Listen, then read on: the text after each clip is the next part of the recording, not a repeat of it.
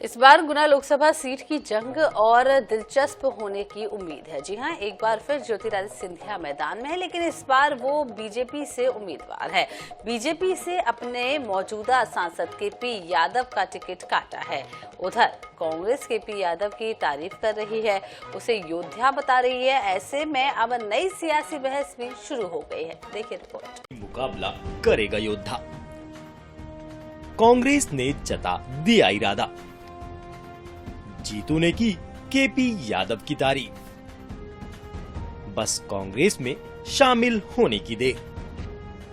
गुना से बीजेपी ने मौजूदा सांसद केपी यादव का टिकट काटकर ज्योतिरादित्य सिंधिया को लोकसभा चुनाव में कैंडिडेट बनाया है।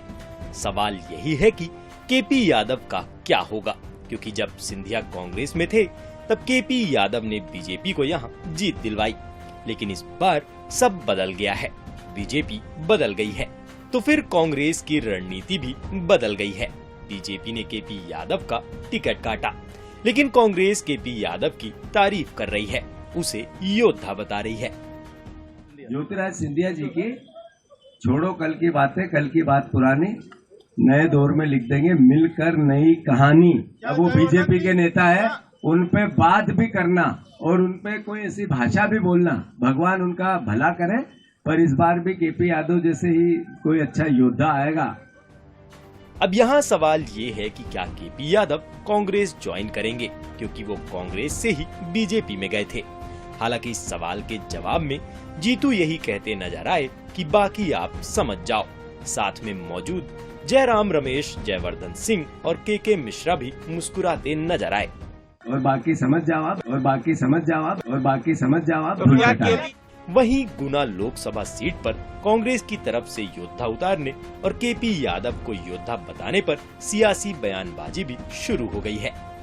कांग्रेस की ये मुस्कुराहट जो है ये अल्पकालिक है, और जिस प्रकार के देवा स्वप्न भाजपा कार्यकर्ताओं को लेकर कांग्रेस पार्टी देखती है, उसके राजनीतिक दिवालीपन का प्रमाण है। मध्य प्रदेश में 29 की 29 सीटों पर भारतीय जनता पार्टी के प्रचंड बहुमत सुनिश्चित है। नरेंद्र मोदी जी की गारंटी है, और जहां मोदी जी की गारंटी है वहां विजय सुनिश्चित होती है। गुना के लिए किसी बड़े योद्धा को लाने की जरूरत नहीं है। गुना की जनता इंसाफ मांग रही है कि केपी यादव का क्या कसूर था। केपी यादव पिछड़ा वर्ग से आता है। बड़े लोगों को टिकट देकर भारतीय जनता पार्टी ने बता दिया कि बनियों की पार्टी है, सेठों की पार्टी है, धन्ना सेठों की पार्टी है, राजा महाराजाओं की पार्टी है। इसलिए सिंधिया को टिकट दिया गया, केपी यादव का टिकट काट के। गुना लोकसभा सीट पर 2.5 लाख से ज्यादा यादव मतदाता हैं। अगर लोकसभा चुनाव में यादव समाज एकजुट होता है तो इसका सीधा नुकसान ज्योतिरादित्य सिंधिया और बीजेपी को हो सकता है। हालांकि सांसद केपी यादव पूर्व में बयान दे चुके हैं कि वे भाजपा संगठन में ही काम करते रहेंगे। पार्टी जहां कहेगी वहां जाकर प्रचार प्रसार करेंगे, लेकिन राजनीति में भी कहने की बातें कुछ और होती हैं, करने की कुछ और।